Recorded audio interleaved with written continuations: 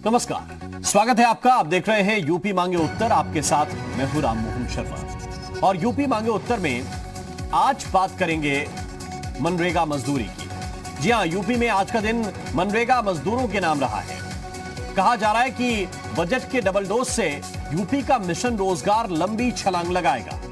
Lockdown में शहरों से उखड़े पैर गांव में मजबूती से जम सकें, इसके लिए योगी सरकार ने बम्पर बजट दे दिया है। सीएम योगी ने मनरेगा का बजट दोगुना करके रोजगार के मौके को भी दोगुना कर दिया। इससे पहले भी उत्तर प्रदेश का मनरेगा के तहत रिकॉर्ड प्रदर्शन रहा। ऐसे में सवाल यह है कि विकास की विसात पर सीएम योगी के बढ़ते कदम हर मोर्चे पर जीत की राह को क्या आसान करेंगे? कोरोना काल में बनी सीएम योगी की मजदूरों के मसीहा वाली छवि क्या विपक्ष पर भारी पड़ेगी? यूपी मांगे उत्तर में आज चर्चा इसी पर करेंगे, लेकिन उससे पहले एक रिपोर्ट आपको दिखाते हैं।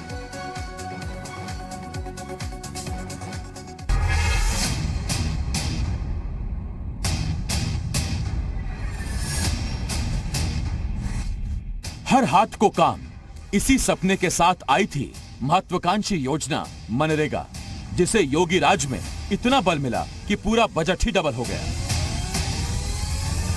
कोरोना काल में लॉकडाउन के दौर से ही सीएम योगी का सबसे बड़ा मिशन बना है रोजगार। गांव में हर हाथ को काम मिले, इसके लिए सीएम योगी ने बड़ी पहल की। यूपी ऐसा पहला राज्य बना जिसने मनरेगा यानी महात्मा गांधी राष्ट्रीय रोजगार गारंटी अधिनियम के तहत सालाना बजट को करीब दोगुना कर दिया है। सीएम योगी ने बजट को 8,500 करोड़ से बढ़ाकर 15,000 करोड़ कर दिया है। अब आप ये समझिए कि इस बम्पर बजट के मायने क्या है। बजट बढ़ने से मनरेगा मजदूरों को कितना फायदा होगा, ये आप ऐसे समझिए कि पिछले साल सबसे ज्यादा मनरेगा में 85 लाख परिवारों के 1,04,70,000 से ज्यादा मजदूरों को काम मिला था, जो प्रदेश के इतिहास में रिकॉर्ड है। पहले के मुकाबले 32 लाख परिवार ज्यादा बढ़े, यानी मनरेगा मजदूर लगातार बढ़ रहे हैं और बजट बढ़ने से ज्यादा लोगों को रोजगार मिलेगा। उत्तर प्रदेश के लोगों को अपने गांव में अपने घर में रोजगार मिले, इसके लिए उत्तर प्रदेश सरकार ने मनरेगा के बजट को 8,500 करोड़ से 15,000 करोड़ किया। यही नहीं, इस साल 55 लाख के सापेक्ष 85 लाख परिवारों को मनरेगा के तहत रोजगार मुहैया कराया है उत्तर प्रदेश सरकार ने। और 31 मार्च तक ये लक्ष्य रखा है कि 100 दिन काम करने वाले श्रमिकों का पंजीकरण श्रम विभाग में करें, जिससे उनको 17 योजनाओं का लाभ मिले। अब राजीव गांधी की 15% वाली सरकार नहीं है, अब मोदी जी की 100% वाली सरकार देश में है। बीजेपी को बम्पर बजट में सीएम योगी की उपलब्धि दिख रही है, तो कांग्रेसी तंज कस रहे हैं कि पीएम मोदी जिस मनरेगा को भ्रष्टाचार का स्मारक कहते थे, उसे योगी सरकार उपलब्धि के तौर पर पेश कर रही है।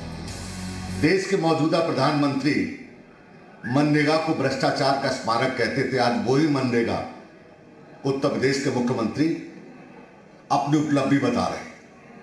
4 साल के कार्यकाल में कोई बड़ी उपलब्धि योगी सरकार नहीं बता पाई। एक पुरानी कहावत है उत्तर प्रदेश में कि अब तो चली चलाकी बेला है, अब क्या होता है जब चिड़िया चुन गई खेत। 4 साल में योगी सरकार ने कितने नौजवानों को रोजगार दिया। तमाम सारी भर्तियों पर हाईकोर्ट का स्टे है या वो विवादित हो गई है। लगातार उत्तर प्रदेश का नौजवान हो रहा है। विपक्ष की अपनी दुविधा है, मगर ग्रामीण इलाकों में शहरों से कामकाज छोड़कर आए लोगों के लिए ये किसी सौगात से कम नहीं। यूपी में एक और रिकॉर्ड भी बनने वाला है। यूपी श्रम विभाग में सबसे ज्यादा पंजीकरण कराने वाला राज्य भी बनने वाला है। मनरेगा में 100 दिन काम करने वाले 20 लाख से ज्यादा श्रमिकों का पंजीकरण होने वाला है, जिसके बाद इन्हें 17 योजनाओं का लाभ मिलेगा। यानी यूपी में मजदूरों के लिए मिशन रोजगार बड़ी राहत देने वाला है। ब्यूरो रिपोर्ट, जी मीडिया। तो कुल मिलाकर बात यह है कि मनरेगा, जिसको लेकर कांग्रेस ये कह रही है कि कभी कहा गया कि ये विफलताओं का स्मारक है, असल में बहुत नौकरियां या ये कहिए बहुत रोजगार उन लोगों के लिए जो मजदूरी करते हैं, जो मेहनत करते हैं, उन्हें उनके घर में, उनके गांव में वो रोजगार मिल जाता है। जो मेहनत कश लोग हैं उन्हें अपना गांव छोड़कर जाना नहीं पड़ता। तो जब बजट लगभग दोगुना हुआ है, 8,500 करोड़ से 15,000 करोड़ किया गया है, तो इसका क्या फर्क पड़ेगा? गांव में क्या असर पड़ेगा? गांव में सरकार की छवि और सरकार को लेकर जनता की जो सोच है उसमें क्या बदलाव होगा, इसी पर हम चर्चा करेंगे। हमारे साथ एक खास पैनल इस वक्त जुड़ा हुआ है। आलोक अवस्थी जी हमारे साथ हैं, प्रवक्ता है भारतीय जनता पार्टी के। आलोक जी, बहुत बहुत स्वागत है आपका। अभिषेक वाजपेयी जी इस वक्त हमारे साथ जुड़े हुए हैं कांग्रेस पार्टी की ओर से। अभिषेक वाजपेयी जी, आपका भी बहुत स्वागत है। हमारे साथ इस वक्त नाहिद लारी खान जी हैं, समाजवादी पार्टी की प्रवक्ता है। नाहिद लारी खान जी, आपका भी बहुत स्वागत। संजय दीक्षित जी हमारे साथ हैं, केंद्रीय रोजगार गारंटी परिषद के पूर्व सदस्य हैं आप, बहुत बहुत स्वागत आपका भी। और ग्राम्य विकास मंत्री राजेंद्र प्रताप सिंह और मोती सिंह जी भी हमें ज्वाइन कर रहे हैं, बहुत बहुत स्वागत मंत्री जी आपका भी। और सबसे पहले मैं चाहता हूं कि सवाल जहां से आ रहे हैं वहीं से सवाल शुरू किए जाएं। वाजपेयी साहब, सवाल आपसे। अभिषेक वाजपेयी जी, आपको लगता है कि मनरेगा को लेकर जो बजट बढ़ाया गया सरकार की तरफ से वो मददगार होगा उन मजदूरों के लिए जो चाहते हैं कि उनके घर में, उनके गांव में वहीं पर रोजगार मिल जाए?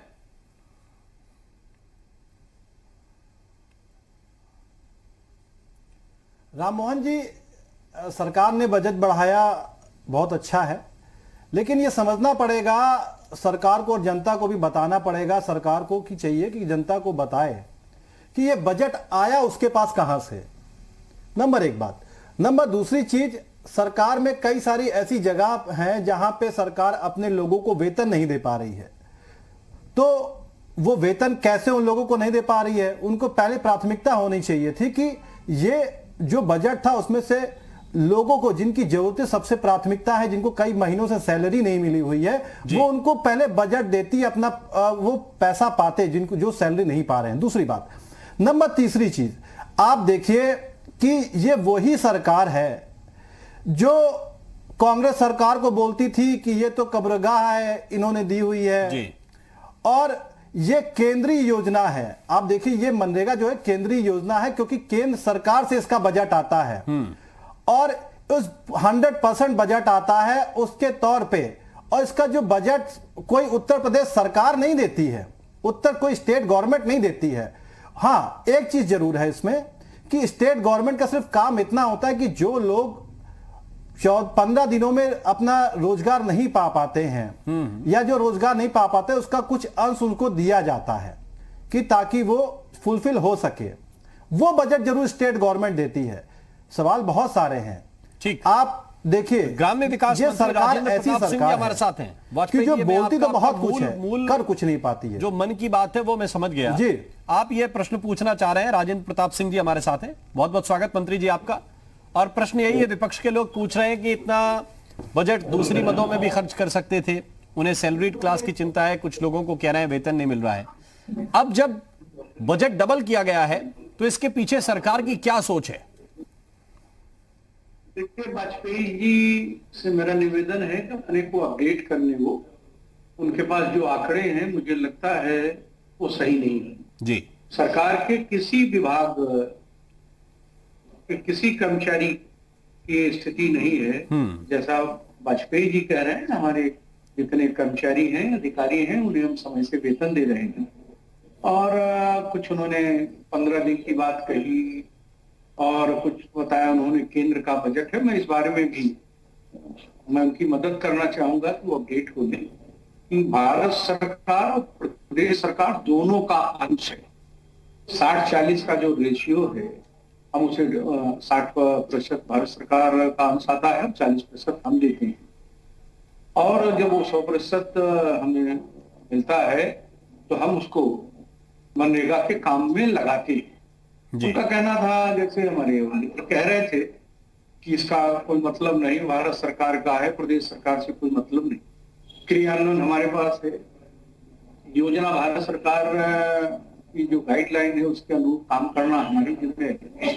और उत्तर प्रदेश के बारे में आपने खुद ये बताया कि हमने 30 लाख जो हमारा टारगेट था, भारत सरकार का ही नियत किया गया टारगेट, जिसमें 30 लाख हम उस टारगेट से अधिक श्रमिकों को हमने रोजगार से जोड़ा। 1 करोड़ से ज्यादा हमने श्रमिकों को जो वापस आए थे कोरोना की वैश्विक महामारी की उस संकट से, उन्हें जी राममोहन जी, मुझे लगता है कि माननीय मंत्री जी को अपडेट होने की जरूरत है। शायद वो उन बातों को कह नहीं पा रहे हैं, अपनी बातों को, ठीक कि है। वो विभाग जो अन्वेषक विभाग है, ठीक है, बात पूरी हो जाने दीजिए मंत्री जी की, फिर मैं लौट के आऊंगा आपके पास। जो आपत्तियां हैं आपकी, पहले मंत्री जी कंप्लीट कर लें। मेरी बात सुन रहे, जो जवाब देना चाहेंगे उनका अधिकार है। आपने 100 दिन की बात की, जिसको हम मनरेगा में मजदूर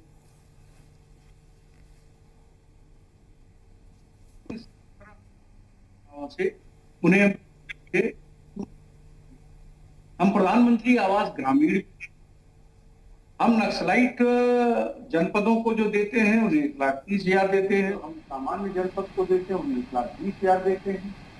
मनरेगा से हम शौचालय देते हैं, उन्हें कनेक्शन देते हैं, उन्हें गैस का कनेक्शन देते हैं, सामुदायिक शौचालय भी देते हैं। हम उन्हें मुख्यमंत्री जी की अपेक्षा भी है, मुख्यमंत्री जी की एक इच्छा है, उसका एक समग्र विकास हो जो हम बनाए। हम उनका एक समूह बनाए, आवास हम उन्हें दें, उनको जोड़े, उन्हें मनरेगा के काम से जोड़े, श्रमिक अपने काम पर जाए और आके आराम से प्रधानमंत्री जी का जो सपना था छत विहीन लोगों को छत देने का, उससे हम जोड़े।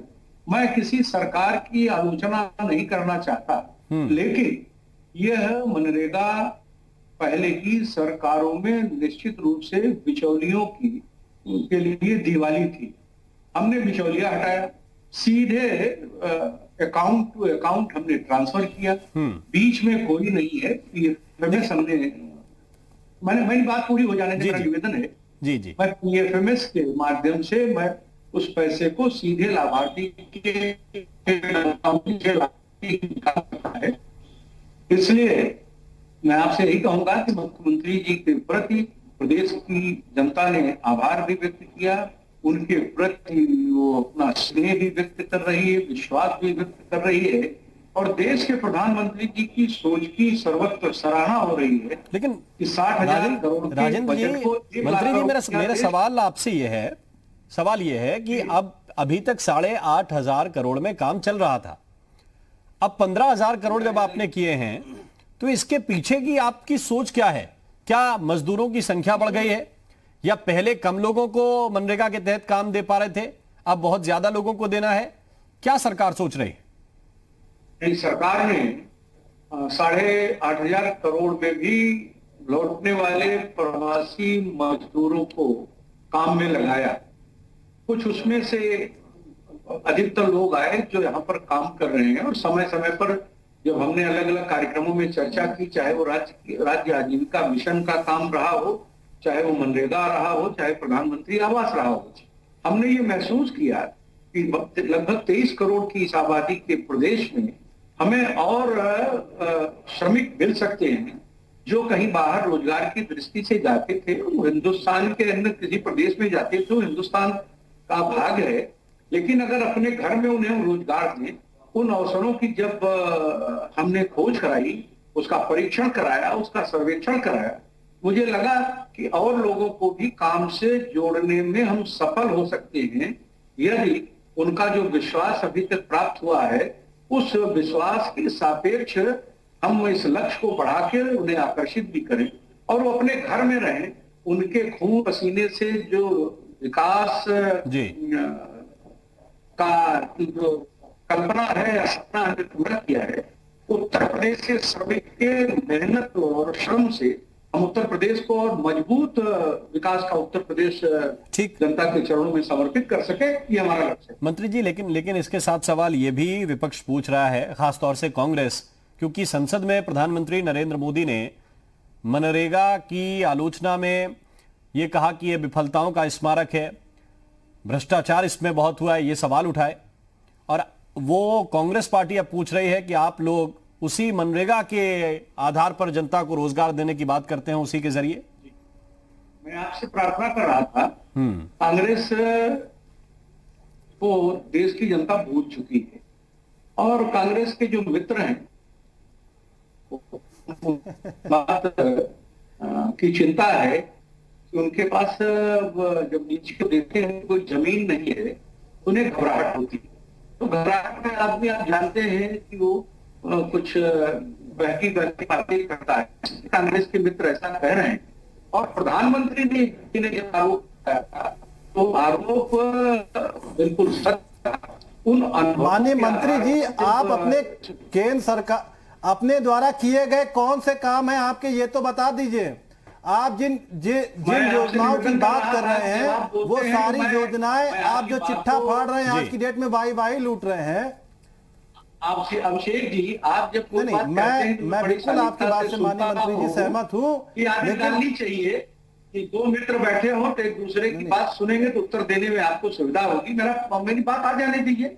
आप जो कहेंगे अगर उसमें कोई प्रतिकार करूंगा मैं बीच में, तो आप जरूर, मैं आपकी बात से बिल्कुल सहमत हूँ, लेकिन आप मुझे अपनी बिल्कुल, लेकिन सामने रखने दीजिए। मैं रोक नहीं रहा हूँ, लेकिन आपको चीजें बता रहा हूँ, याद दिला रहा हूँ कि आपको बोलने में आसानी रहे। जिन्हें आपने पाला था, आपने जिन्हें पाला पोसा तंदुरुस्त किया, हमने उन बिचौलियों को श्रीमान जी केंद्रीय रोजगार मंत्री परिषद के पूर्व सदस्य वो केंद्र संजय दीक्षित जी हमारे साथ हैं। दीक्षित साहब कहिए अपनी बात। ठीक है, ठीक, चाहे वो दीक्षित साहब, मनरेगा हो चाहे प्रधानमंत्री स्वास्थ्य बीमा हो, ये भी कांग्रेस की देन थी। मैं सबसे पहले तो जी न्यूज यूपी उत्तराखंड का आभार व्यक्त करूंगा कि आज के इस परिचर्चा में काबीना मंत्री मोती सिंह जी को आपने आमंत्रित किया। वो उनका बड़प्पन है, वो एक बहुत वरिष्ठ राजनेता हैं, बेदाग छवि के हैं, और सबसे बड़ी बात यह है कि वो खुद चुने हुए पंचायत के प्रतिनिधि रह चुके हैं। आज मैं इस परिचर्चा में माननीय मोती सिंह जी के संज्ञान में कुछ चीजें लाऊंगा। और सबसे पहले जो शब्द यूज हो रहा है कि बजट दुगना किया, यह गलत शब्द है। MNREGA is a demand based scheme जी। अगर ज्यादा मजदूरों ने काम मांगा तो कोई भी सरकार हो, राज्य या केंद्र सरकार, उसको अधिनियम के तहत बजट अपने आप पैसा मुहैया कराना पड़ेगा। This is not a budget based scheme. दुर्भाग्य है उत्तर प्रदेश में कुछ अधिकारी अनावश्यक दबाव बना के कि 100 मजदूर रोज होने चाहिए वरना सेवा समाप्त कर दी जाएगी। ये अधिनियम की भावना के विपरीत है। माननीय मोती सिंह जी, आप इस पे जरूर कार्रवाई नजर डालिएगा। मैं उत्तर प्रदेश में क्यों बढ़ा ये इस बार डिमांड, उसका सीधा सा कारण है प्रवासी मजदूर।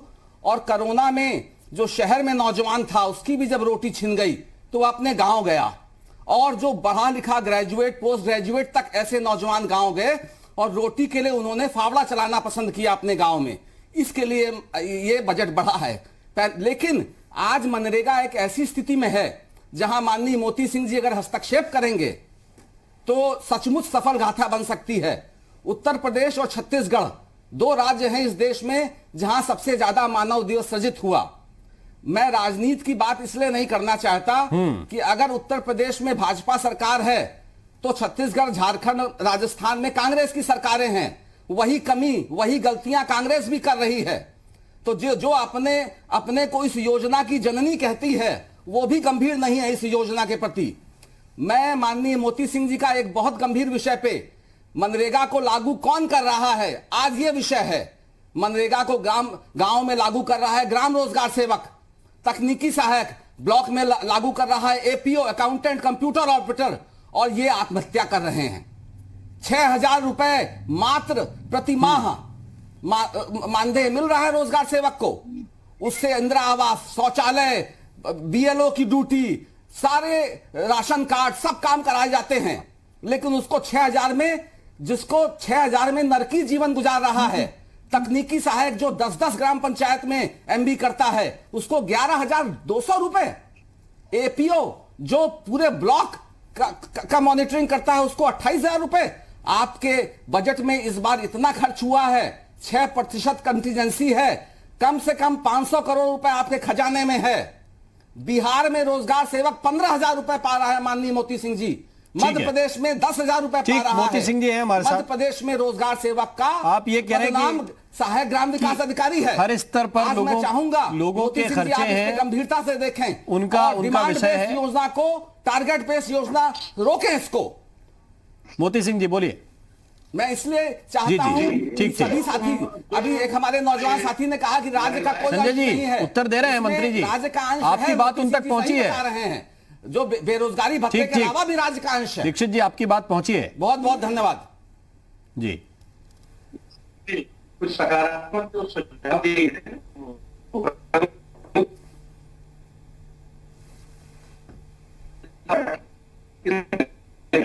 मेरे पास मैं आप सबके संज्ञान में लाना चाहता हूँ। एक हफ्ते बाद रोजगार सेवक लखनऊ में इकट्ठा होंगे। मैं अपने चैनल के सभी मित्रों को आमंत्रित करूंगा, तो कृपया उस कार्यक्रम में पधारें और 37,000 के 37,000 अगर सरकार प्रशंसा करते हुए नहीं, 6,000 रुपया जिनको हम दे रहे हैं, 6,000 के जो पाते थे पूर्ववर्ती सरकारों में उन्हें क्या मिलता था, ये जिस पर टिप्पणी सकारात्मक बीजेपी के लिए न करे तो जरूर। एपीओ के बारे में आपने कहा, आपने हमारा ब्लॉक प्रोग्राम अफसर बीडीओ, एडिशनल प्रोग्राम अफसर हमारे सीडीओ होते हैं, कलेक्टर हमारे डिस्ट्रिक्ट प्रोग्राम अफसर होते हैं। मनरेगा को आपने डिमांड बेस्ड योजना बताई, बिल्कुल ठीक बताई आपने। डिमांड बेस्ड कब होगा, जब हम डिमांड को जनरेट करें। हमारे पास उतना डिमांड कब हम प्लेस करेंगे, जब हम उन्हें रोजगार देंगे। हमने पहले रोजगार के अवसर न तो सृजित किए, न रोजगार के अवसर हमने पैदा किए। हमने जब भारतीय जनता पार्टी की सरकार आई और उत्तर प्रदेश के यशस्वी मुख्यमंत्री योगी आदित्यनाथ जी का नेतृत्व हमें मिला, उन्होंने कोरोना काल में 18 से 19 घंटे लगातार काम किया और ये विचार किया कि हमारी और प्रायोरिटीज हैं जो उत्तर प्रदेश को विकास से जोड़ती है, लेकिन उत्तर प्रदेश का वो श्रमिक जिसके कंधे पर विकास करता है, जो कंधे जो विकास की सतत प्रक्रिया का वास्तविक वाहक है, उसे कहीं पीड़ा न हो, इसलिए चाहे जो लगाना पड़े जी, हमने उस पर निर्णय लिया। 8,500 करोड़ अगर बजट था तो डेफिनेटली वो डिमांड बेस रहा हो, जैसा हमारे मित्र भी कह रहे थे। अगर हमने 15,000 करोड़ की जरूरत समझी, तब हमने समझी कुछ श्रमिक परिवार को जैसे महाराष्ट्र जाना पड़ता था, अन्य प्रदेश में जाना पड़ता था, अपने घर में अगर रोजगार करेगा तो वो परदेशी नहीं कहलाएगा। अपने जो उसका श्रम है, अपनी मातृभूमि, अपने कर्मभूमि, अपनी जन्मभूमि उत्तर प्रदेश की सेवा करेगा, तो उत्तर प्रदेश का जो स्वरूप है विकास का वो मजबूत होगा, अच्छा होगा। और उस विकास को जब वो सभी देखेगा तो उसे बड़ी प्रसन्नता होगी कि हमने इस हाथ से अपने ही घर को तराशा है, अपने घर को मजबूत। ठीक है, यहाँ हमें एक छोटा सा ब्रेक लेना है। मंत्री जी, आपका बहुत बहुत शुक्रिया, बहुत बहुत धन्यवाद हमारे साथ जुड़ने के लिए। बाकी मेहमान हमारे साथ हैं। आलोक जी अब भारतीय जनता पार्टी का पक्ष रखेंगे और विपक्ष का जवाब देंगे, लेकिन उससे पहले एक छोटा सा ब्रेक ले रहे हैं। ब्रेक के बाद तुरंत हाजिर होते हैं।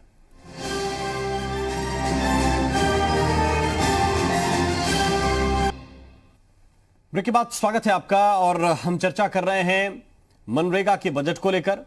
15,000 करोड़ रुपए अब मनरेगा के लिए रखे गए हैं। अब क्या इससे आम ग्रामीण को जो चाहता है कि उसके गांव में, उसके घर में उसे मजदूरी मिल जाए, उसे कहीं दूर न जाना पड़े, उसे वहीं पर रोजगार मिलेगा? या फिर यह कहा जा रहा है कि 17 योजनाओं में मजदूरों को पंजीकृत कराकर जोड़ा जाएगा, उनका लाभ मिलेगा? तो क्या उसकी दिशा में आगे काम होने वाला है? इसी पर चर्चा कर रहे हैं। नाहिद लारी खान जी हमारे साथ हैं, प्रवक्ता हैं समाजवादी पार्टी की। नाहिद जी, आपको लगता है कि अब थोड़ा आसान होगा मजदूरों के लिए मनरेगा में नौकरी पाना?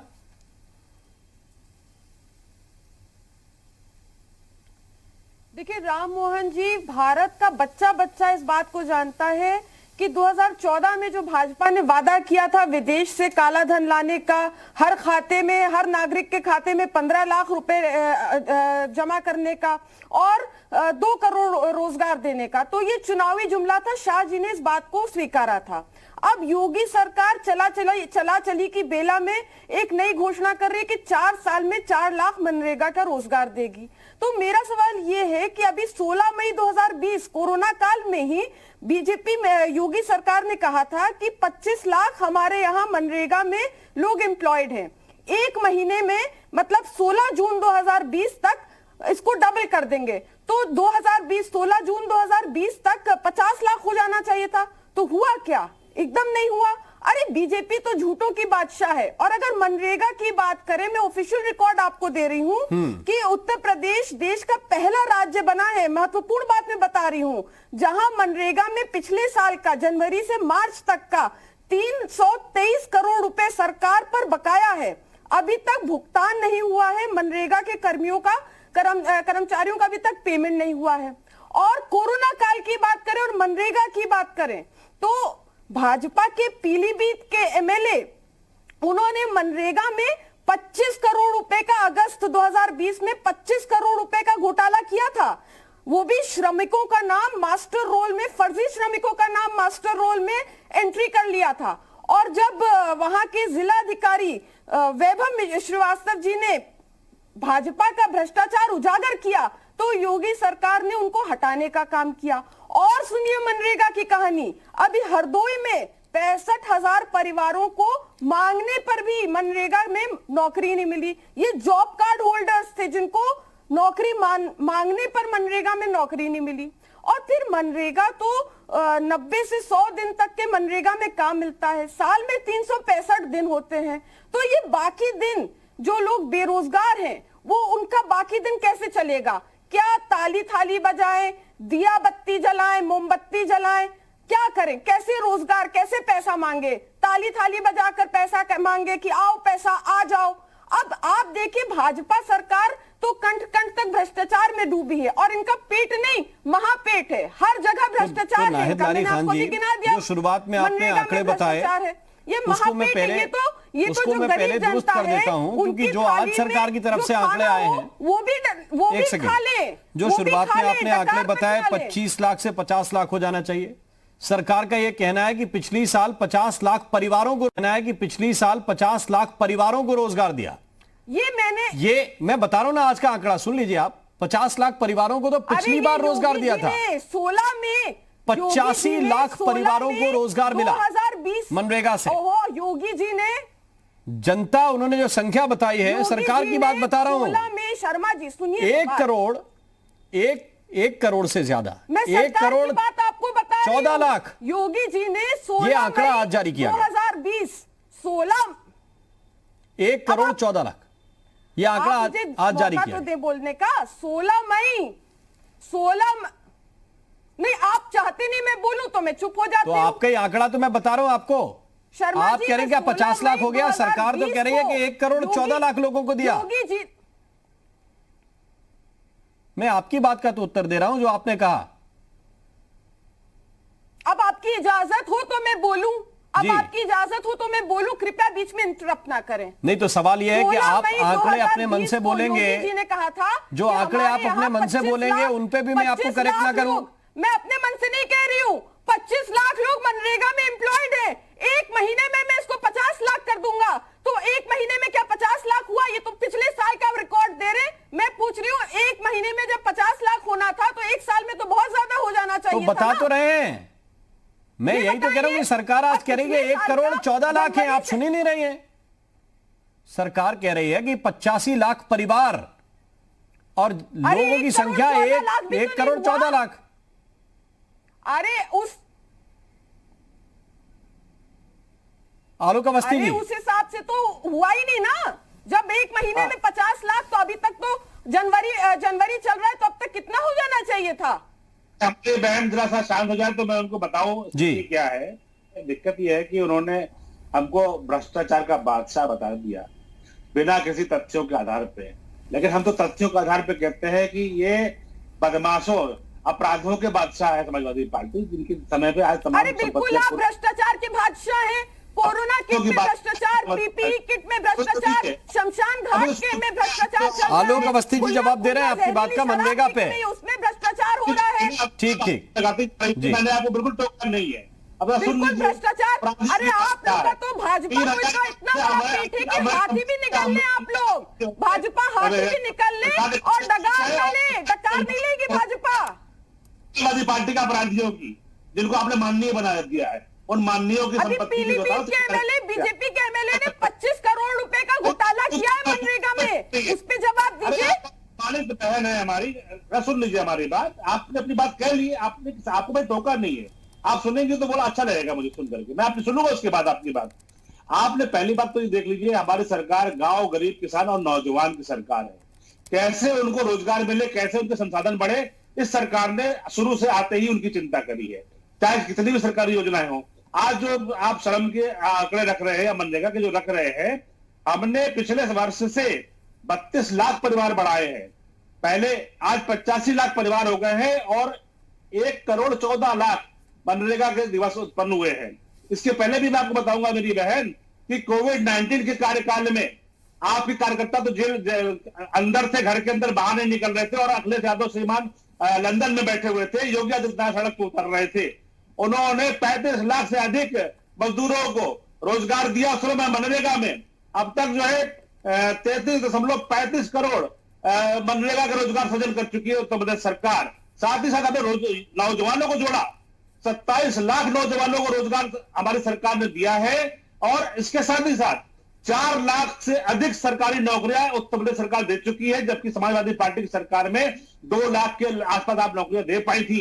50,000 नौकरियां हम अभी और प्रचलन में है, जो कि हम पिछले आगे 6 महीने में दे देंगे। सरकारी नौकरी के आंकड़े में भी हम आपसे दुगने निकल चुके हैं बहन। और दूसरी बात, मैं समाजवादी पार्टी की नेता को यह भी कहना चाहूंगा कि देश आज बहुत आगे बढ़ रहा है, उसको कभी पीछे मत खींचिए।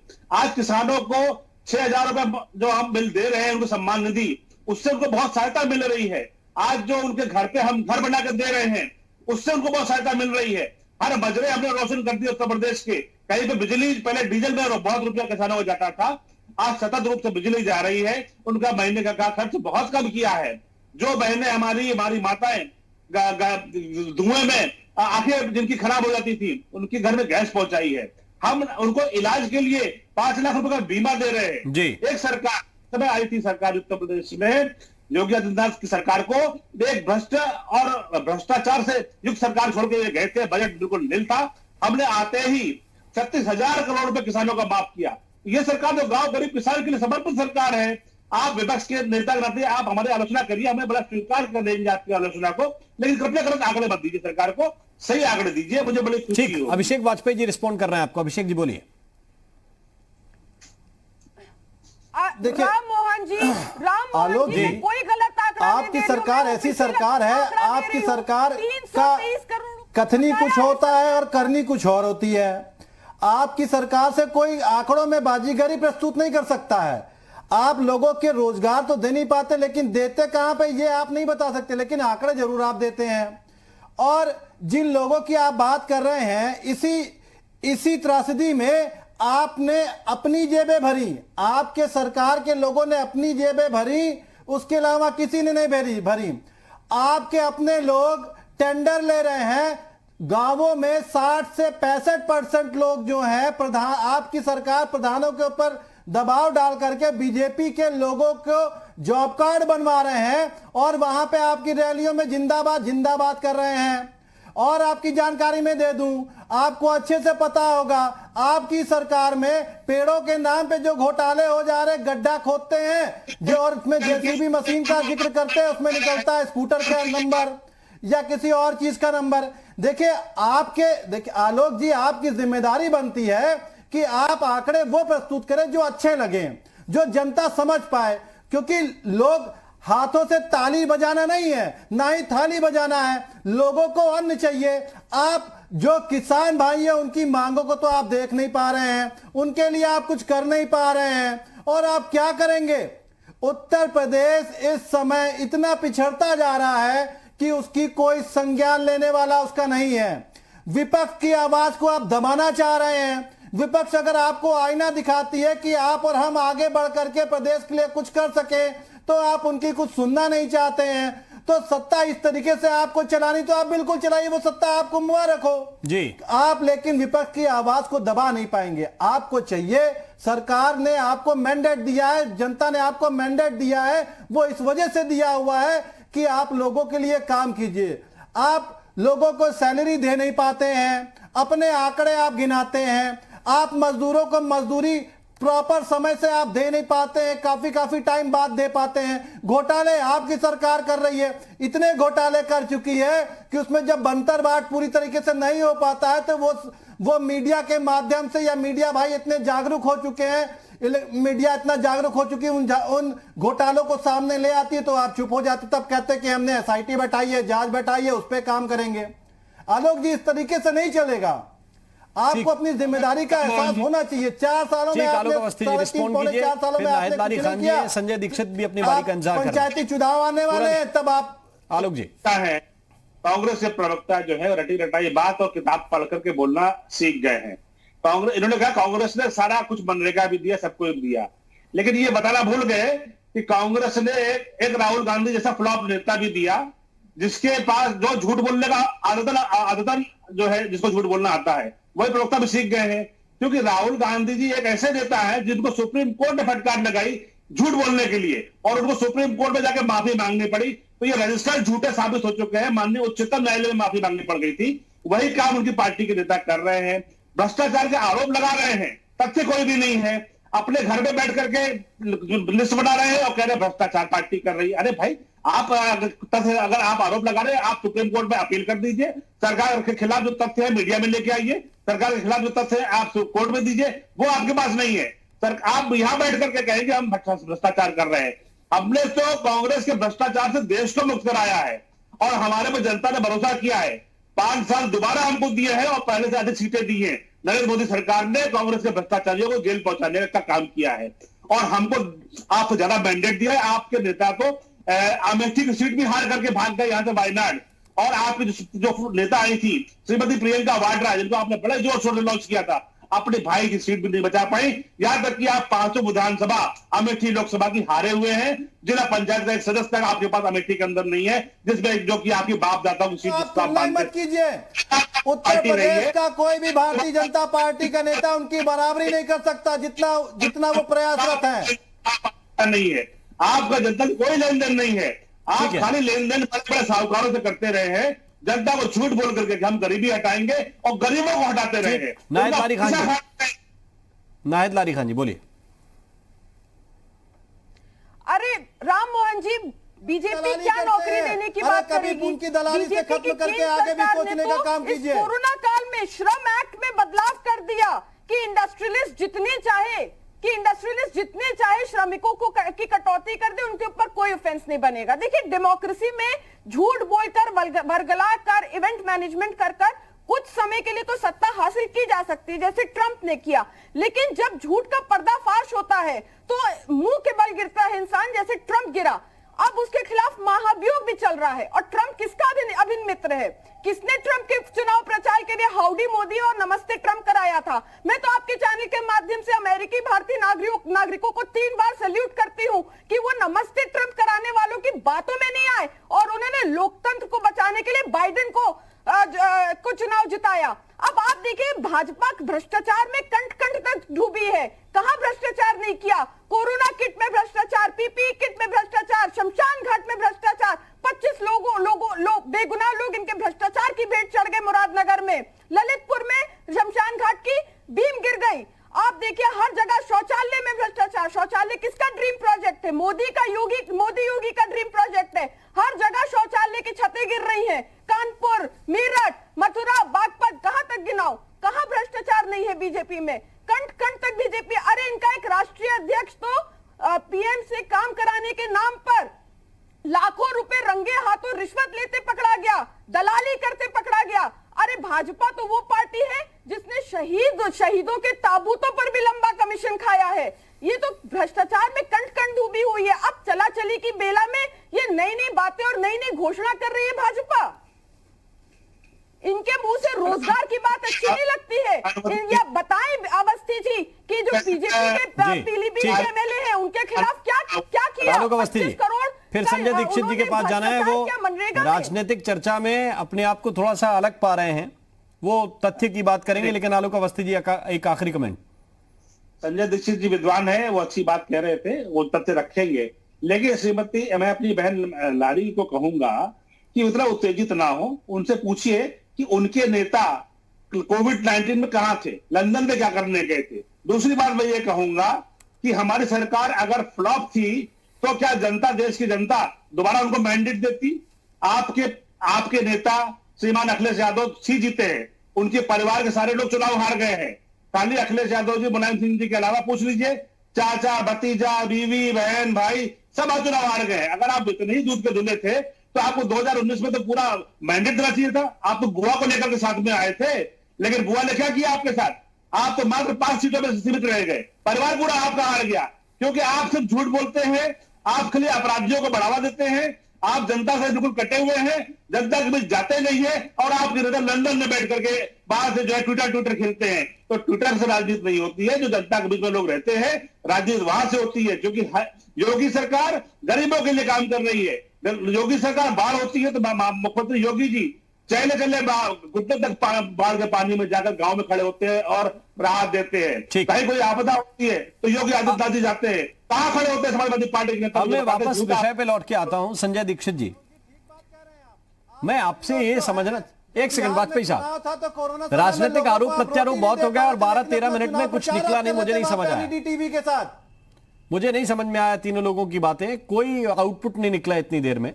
संजय दीक्षित जी, मैं मनरेगा पे वापस लौट के आता हूं और सवाल मेरा यह है कि बिल्कुल सरकार ने तय किया कि राशि उनके पास ज्यादा है, डिमांड अगर आई, कई बार ऐसा होता है कि डिमांड हो भी तब आपके पास ऊपर पर्स में पैसा ना हो तो आप कहते हैं कि देखिए हमें काम नहीं कराना है।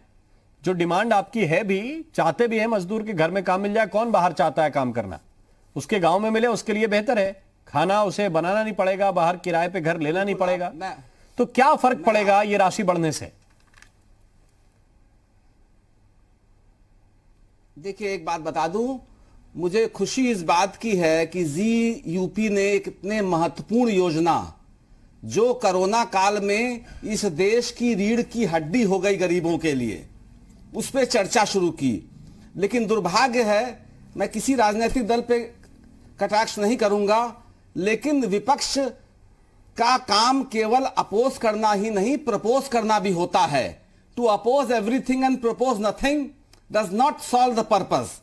आज मनरेगा योजना पे अगर जी न्यूज ने कोई चर्चा रखी थी तो मनरेगा ऐसी महान योजना जो गांव में अंतिम कड़ी के व्यक्ति को रोटी की व्यवस्था करती है, उसके लिए एक सकारात्मक प्रस्ताव साथ में होना चाहिए। आलोक जी यहां मौजूद हैं जो भाजपा का प्रतिनिधित्व कर रहे हैं, हमारा नौजवान साथी कांग्रेस और हमारी बहन सपा का प्रतिनिधित्व कर रही हैं। आज आपने जो बात सही कही कि कोई निचोड़ नहीं निकल के आ पा रहा है, क्योंकि आरोप प्रत्यारोप में यह बहस बदल गई। दो विषय हैं जो आपके चैनल के माध्यम से मैं इस प्रदेश और देश को बताना चाहूंगा। मनरेगा 14 साल हो गए, अब गांव में कार्य नहीं है, शेल्फ ऑफ प्रोजेक्ट्स नहीं है। ठीक, अब सत्ताधारी दल चाहे वो कांग्रेस हो चाहे भाजपा हो, this is the right time to link MNREGA with agriculture. कृषि से जोड़ने का यह उचित समय है। अगर लघु और सीमांत किसान के निजी जमीन पर मजदूरी का अंश मनरेगा से दिया गया तो कृषि में भी सुधार आएगा, गरीब मजदूरों को भी राहत मिलेगी, और कोरोना काल के बाद 2 वर्ष तो यह करना चाहिए। दूसरी चीज आलोक जी, मैं आपसे भी निवेदन करूंगा, मुझे खुशी हुई कि आपके मंत्री जी ने उस बात को स्वीकारा कि जो 45,000 संविदा कर्मी हैं वो भुखमरी की कगार पे हैं। लेकिन फिर मैं कहूं यही स्थिति छत्तीसगढ़ और झारखंड में भी है, जहां कांग्रेस की सरकार है। संविदा कर्मियों के साथ सौतेला व्यवहार इस देश के सभी राजनीतिक दलों ने किया और यही उस योजना को लागू करते हैं। अगर 6,000 में किसी का पेट नहीं भरेगा तो भ्रष्टाचार करने के लिए वो मजबूर होगा। लेकिन ये जो आखिरी बात है कि पहली बातें मंजूर हैं, इक्वल वर्क, पहली बातें मंजूर हैं, कलेक्टर को तो मिलती है ठीक ठाक पगार, भ्रष्टाचार में वो भी इन्वॉल्व है। पद का और कमाई का, आपने सही कहा, करप्शन से क्या लेना देना। नहीं कहा कि कलेक्टर की पगार दो, मैं आप बिल्कुल आपकी बात सही, लेकिन 2 बातें होती हैं। मैंने अभी कहा minimum wages, what I am saying minimum wages, आपको जानकारी होनी चाहिए इस प्रदेश में मजदूर पा रहा है 185 रुपए, और गांव का जो इंटरमीडिएट में टॉपर है वो मजदूर से भी कम पा रहा है। बिहार में 14,000 पा रहा है, यहां 6,000 पा रहा है, मध्य प्रदेश में 10,000 पा रहा है। ये संवेदनशीलता है और मुझे विश्वास है मोती जी सिंह जी इस बात को समझ गए हैं और वो इसको बढ़ाएंगे। लेकिन आलोक जी, क्योंकि मैं इनको पूर्व से जानता हूं, ये विद्वान और बहुत ही जुझारू साथी हैं, ये इंश्योर करें कि 45,000 संविदा कर्मियों को सम्मानदायक मानदेय मिले और मनरेगा को एक सफल गाथा बनाना है। तो अब पुराने काम से हटकर कृषि की तरफ जोड़ने का काम किया जाए। आलोक अवस्थी जी, और विपक्ष उसमें सकारात्मक बदलाव की दरकार आप महसूस करते हैं, क्योंकि वही बंदियां बनाइए, वही हटाइए, बहुत से काम तो अब मशीनों से होने लगे हैं। तो उतना काम एक गांव में जितनी वहां पे जनसंख्या मजदूरों की है, ये बात बड़ी कह रहे हैं संजय दीक्षित जी कि उतना काम बचा है नहीं, लेकिन चूंकि रोजगार देना है तो कुछ ना कुछ काम कराइए। सरकार का फंड तो जाना ही है, कोई अच्छा काम होगा तो लोगों को भी राहत मिलेगी। राम मोहन जी, संजय दीक्षित जी ने बड़ी ही सार्थक बात चर्चा करी है, मैं उनको धन्यवाद देता हूं। लेकिन मैं उनको संज्ञान में और लाना चाहता हूं। ऐसा नहीं है कि मानव दिवस खत्म हो रहे हैं। सरकार ने कोरोना काल में तमाम नहरों की सफाई कराई है। तमाम नहरें जो बंद हो गई थी, जो माइनर बंद हो गए थे, उनकी सफाई भी जो है उन्हीं मजदूरों को वहां पे लगाया गया है। लोक निर्माण विभाग ने भी अपने उन मजदूरों का लाभ जो है अपने सड़कों पर काम करने पे लिया है, क्योंकि हमको मानव रोजगार सृजन करने थे। क्योंकि गांवों में अगर काम नहीं है तो हमने उनको दूसरी जगहों पे काम लगवाया है। हमने कई विकास की तमाम योजनाओं में जो है कि जो भारत सरकार की है, केंद्र सरकार की, हमने मनरेगा के मजदूरों को वहां पे भी काम दिया है। इसीलिए हमारा ये कहना है कि आपने देखा होगा कितने 45 से 50 लाख करीब जो है हमारे प्रवासी मजदूर लौट करके उत्तर प्रदेश के आए थे। योगी आदित्यनाथ सरकार ने दिन रात उनके इलाज की व्यवस्था, उनके रहने की व्यवस्था, उनको फ्री में राशन की व्यवस्था, 8 महीने तक हमने फ्री में राशन दिया है। हमने जो है 1000 रुपया प्रति मजदूर को हमने जो है उसको एक गुजारे भत्ते की राशि भी दी है बराबर। और साथ ही साथ हमने 1 लाख करोड़ से अधिक मानव रोजगार सृजित करके उस समय मजदूरों के साथ खड़े हुए हैं। मैं आपके चैनल के माध्यम से और संजय जी को मैं ये आश्वस्त करना चाहूंगा कि जहां जहां विसंगतियां हैं उनको सरकार दूर कर रही है और हमने पहले की सरकार से बहुत बेहतर कार्य किया है। बिल्कुल, बहुत बहुत शुक्रिया, बहुत बहुत धन्यवाद आप सभी मेहमानों का हमारे साथ इस चर्चा में जुड़ने के लिए। तो बड़ी बात यह है कि काम लोगों के हाथ में होना चाहिए, सरकार उनके लिए काम का इंतजाम करे, मजदूरों के लिए रोजगार सृजित हो, लेकिन उनका काम भी सकारात्मक दिशा में हो। ऐसा ना हो कि ग्राम पंचायतों में सिर्फ खाना पूर्ति के लिए अगर उनसे मजदूरी कराई जा रही है तो वो सकारात्मक दिशा में कराई जाए और उससे कुछ प्रोडक्ट निकलकर सामने आए, कुछ नई चीजें बने, नए निर्माण हो, तो ये पैसा जो सरकार का जा रहा है वो ज्यादा सकारात्मक दिशा में लगेगा। यूपी मांगे उत्तर में अभी के लिए बस इतना है।